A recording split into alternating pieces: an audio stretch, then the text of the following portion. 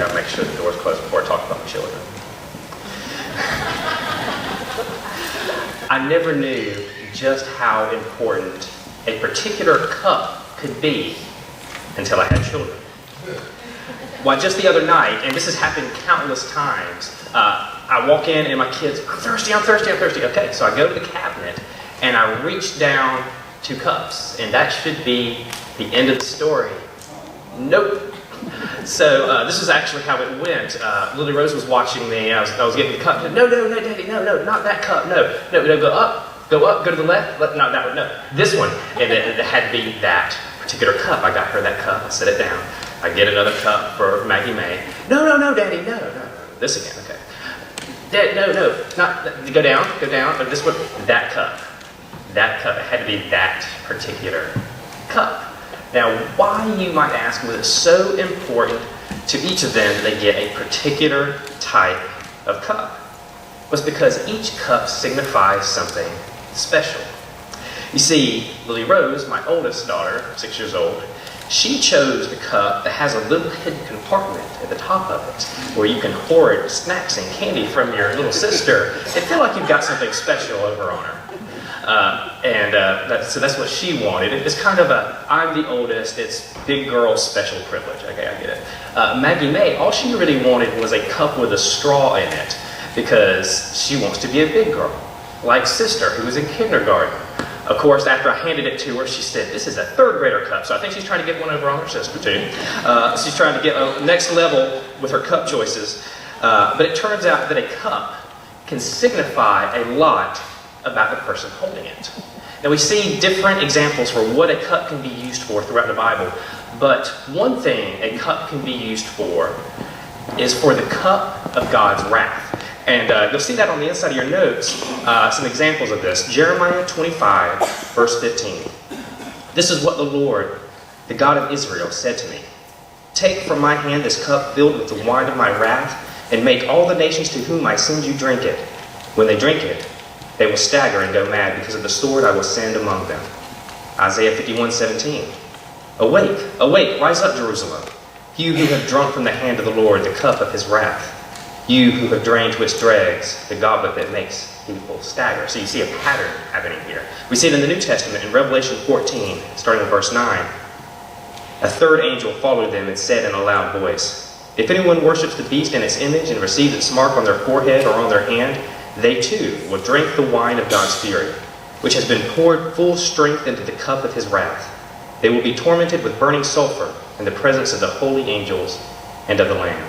So in these examples anyway, the cup represents the cup of God's wrath. You don't want that cup. You want some kind of other cup. Reach higher, get another cup out of the cabinet, but you don't want this cup. Because if you drink from this cup, the cup of God's wrath, it's a bitter drink, and it destroys those who drink it. Now, not wanting to drink the cup of God's wrath, there was something that you could do. In Numbers 28:7, it says that there is a drink offering. Numbers 28:7. The accompanying drink offering is to be a quarter of a hin of fermented drink with each lamb. So, you could pour out this drink offering alongside of the other offering you were doing if you were offering a spotless lamb. So in case you don't see where I'm going with this, I'm going to repeat it. If you didn't want the cup of God's wrath poured out, you could pour out a cup as an offering along with a spotless lamb who would pay the penalty for your sins. There's some connections coming. So this continued on for generations. There was this knowledge that your sin has you on the pathway to destruction. Under the cup of God's wrath and the pouring out of a sacrifice along with a spotless lamb for God was how you kind of got out of that. If you didn't have to pay the penalty for your sin. You poured out the drink offering, you offered up a spotless lamb, and then you didn't have to drink the cup of God's wrath. But eventually, God makes a sacrifice to end all other sacrifices. One sacrifice so big that nobody needs to pour out any more wine.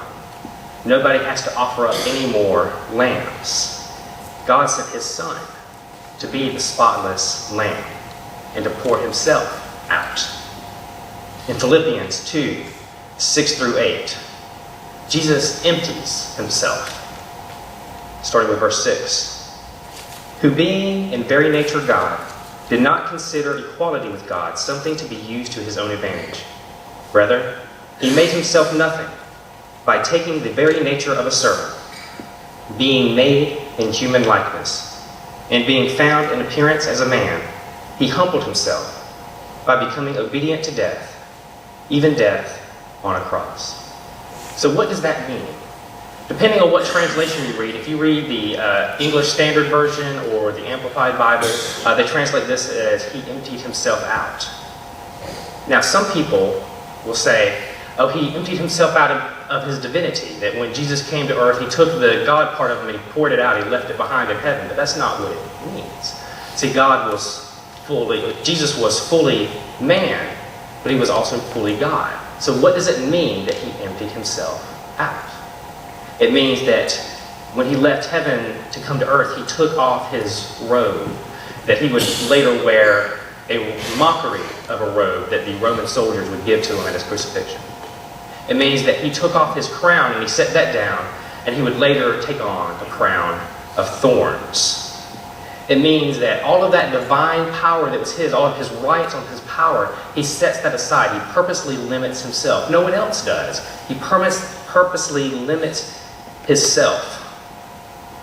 And he is born limiting his access to his divine power. He is born to poor parents in a manger in a country that's under Roman rule.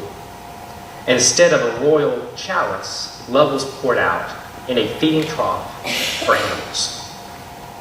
So as Jesus grew older, there would be all of these reminders that he came, his purpose in life, his mission, was to drink the cup of God's wrath. That's why he was here.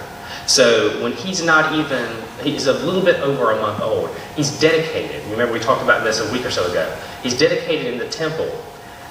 And Simeon comes up. Simeon probably beats them to the temple. He's waiting. And he says, at last I can die in peace because my eyes have seen the Savior. It's this great prophecy. And he says to Mary and Joseph concerning Jesus that Jesus will be responsible for the rise and fall of many in Jerusalem, and a sword will pierce your heart also. That's not what you want in your fortune cookie, is it? That's not what you want in your birth announcement. What is going on? There's these blessings, and there's also these incidences of pain and sorrow that are around the bend, this reminder that Jesus will drink the cup of God's wrath.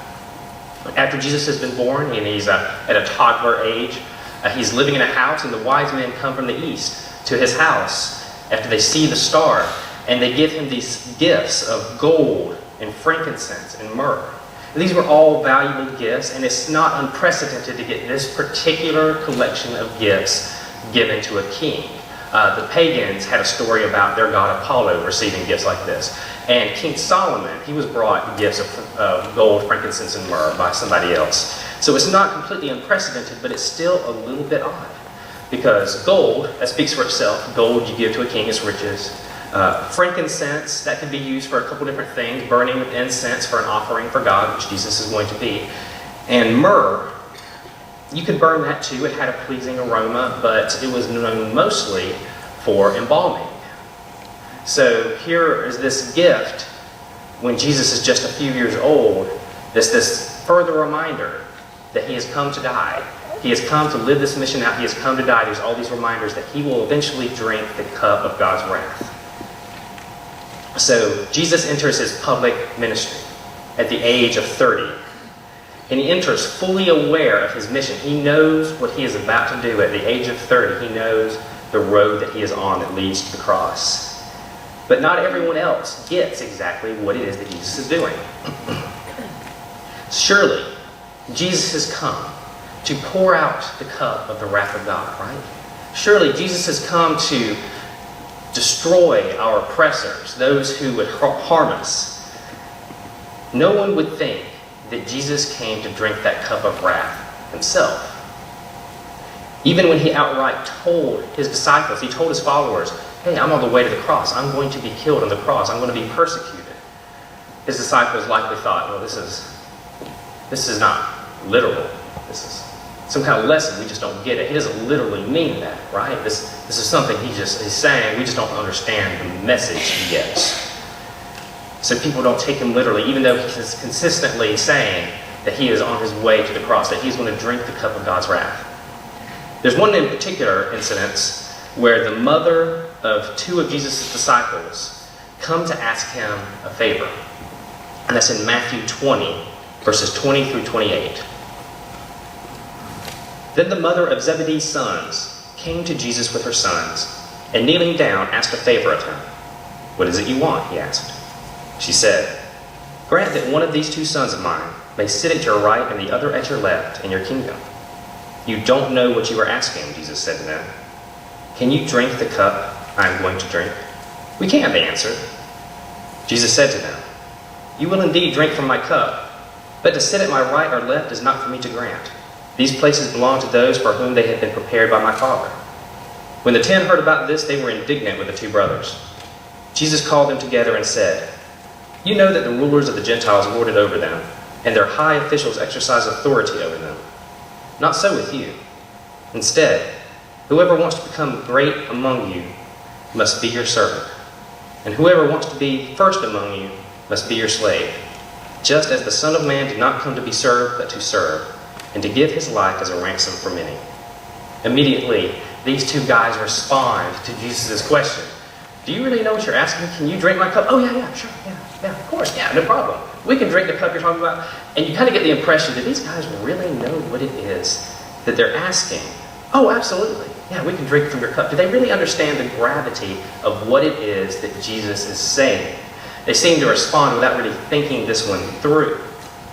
Now, I don't know about you, but knowing that hard times might come your way, I'm not wanting to ask God for hard times to come my way. I love to sing in the car, and if you've ever seen me singing in the car somewhere driving around Nashville, you're welcome to the show. Hope you enjoyed it. But there are certain Christian songs I had to stop singing, because there are some Christian songs that say, "God, I just want you to take everything away from me until only you remain." And I go, no, I don't want that. So I start thinking about Job, and you lose your home and your family, and everybody dies. And I go, I don't want to ask God for that. And some of you have probably heard me say this before. My prayer sometimes is, "God, I know you're trying to teach me something, and I know sometimes I learn things the hard way. Can you just teach me this without the hard lesson? Can you just tell me? I'll trust you on it. We'll go on." I don't want to learn the hard way. I don't want everything to be taken away from me. And I bet you can relate. I bet you also don't want to suffer just to say that you suffered. Serve Jesus, yes. We want to serve Jesus. We want to be on fire for God. It's great. But face persecution, beatings, and lose everything. Can we not? Can we just do this without that part? I somehow doubt that these two young guys fully grasp what it is they're asking God for.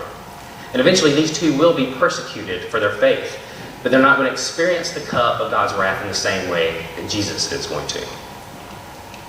And so now we move from the image of Jesus in the manger as God's love poured out, to his allusions that he has made during his ministry, that I will be killed on the cross, I will drink the cup of God's wrath. Now we move to his final moments on earth, when he makes it abundantly clear once again that he will take this cup before he goes to the cross.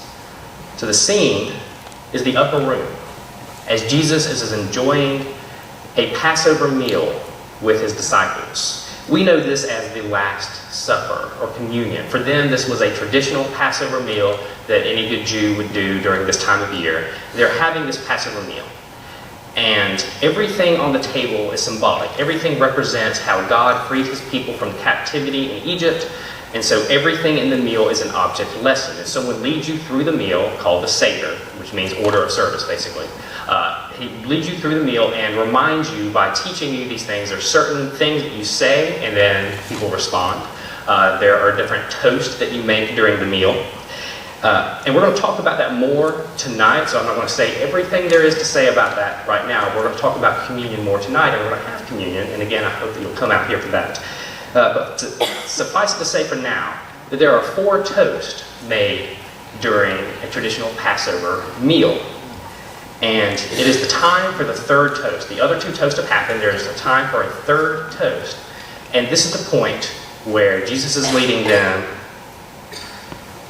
He is leading them through this, and it is time for them to lift up their glass and toast along with him on the third toast. Lift up their glass and toast, but that's not what happens. Let's look in Matthew 26, verse 27. Then he took a cup, and when he had given thanks, he gave it to them, saying, "Drink from it, all of you. This is my blood of the covenant, which is poured out for many for the forgiveness of sins." So this, out of the 4 toasts we'll talk about later tonight, just know that this particular toast is the cup of redemption.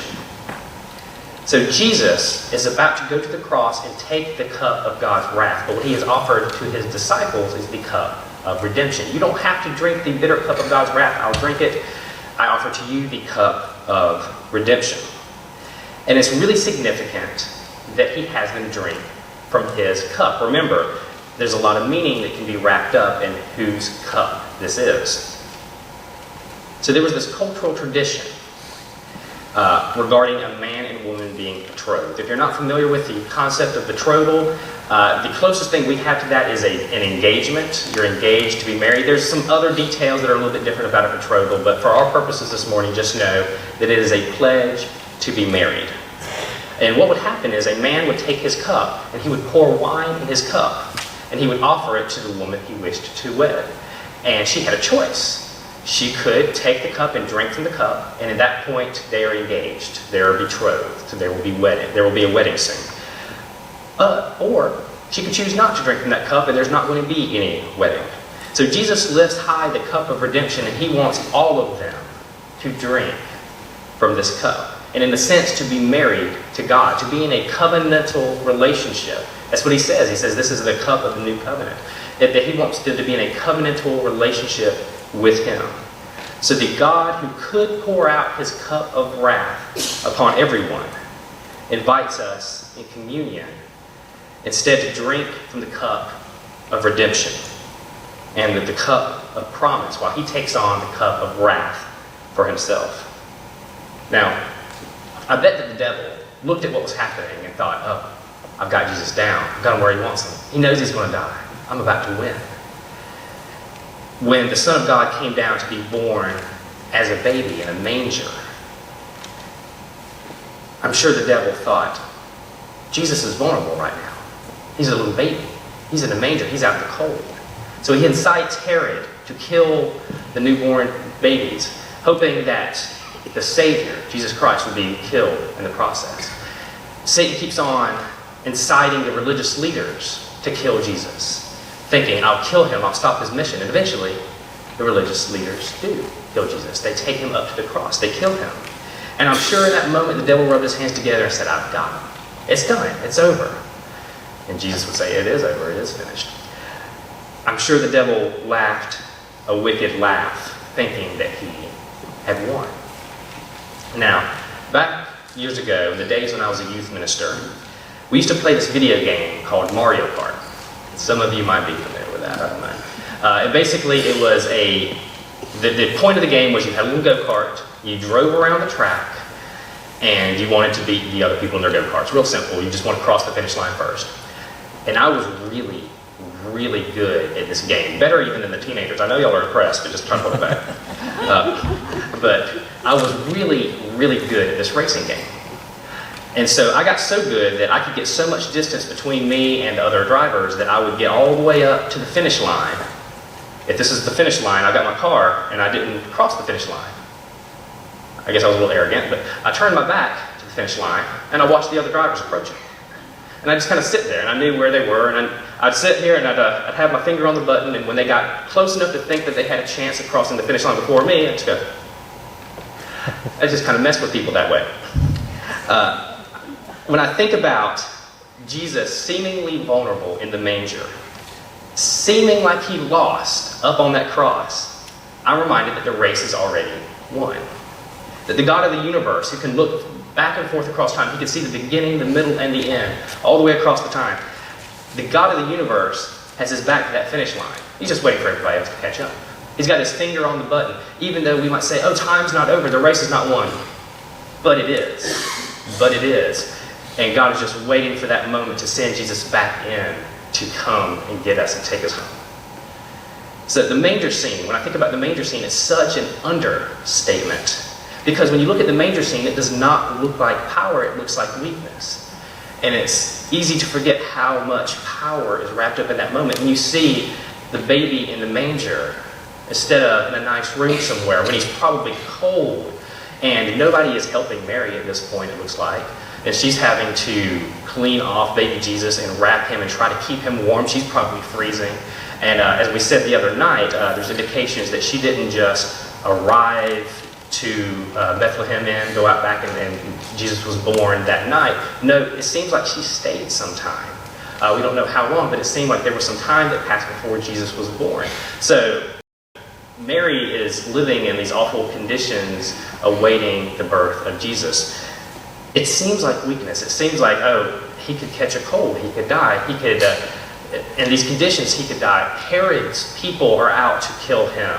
All of these evil people, the religious leaders, as he gets older, will seek to kill him. There's these prophecies made by Simeon that says, a sword will pierce your heart. We have these prophecies that Jesus' birth will be great tidings of great joy, but it's also sorrow. And it looks like there's so much weakness and vulnerability, and that Jesus could just be squashed. But no, there's actually so much power in that moment.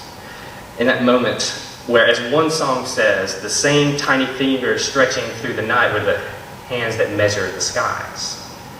Those tiny ears that heard Mary sing him to sleep were the same ears who had heard the angels sing. That tiny heart is the heartbeat of love that will resound throughout the world and will resound throughout time. So today we celebrate love poured out for us, from the manger to the cross. And again, I'll remind you, we'd love for you to be here tonight as we talk a little bit further about some of these things. There's some unique ways that we'll present and kind of tie all of these things together about the coming of Jesus Christ and also in his second coming. We're celebrating communion, we're celebrating the candlelight service, and it promises to be a time that you'll want to bring your family to, and I hope that you don't miss that. But this morning, as we're talking about the cup of redemption that Jesus pours out, maybe you're sitting here saying, well, I've never had that cup of redemption. I don't have a relationship with Jesus Christ. I don't know what you're talking about. Well, I'd love to speak to you as we sing this final hymn. Perhaps you have some things that you need to hand over to God. You know you can't bear this cup of wrath by yourself, and you need for God to take it from you. I'd love to pray with you.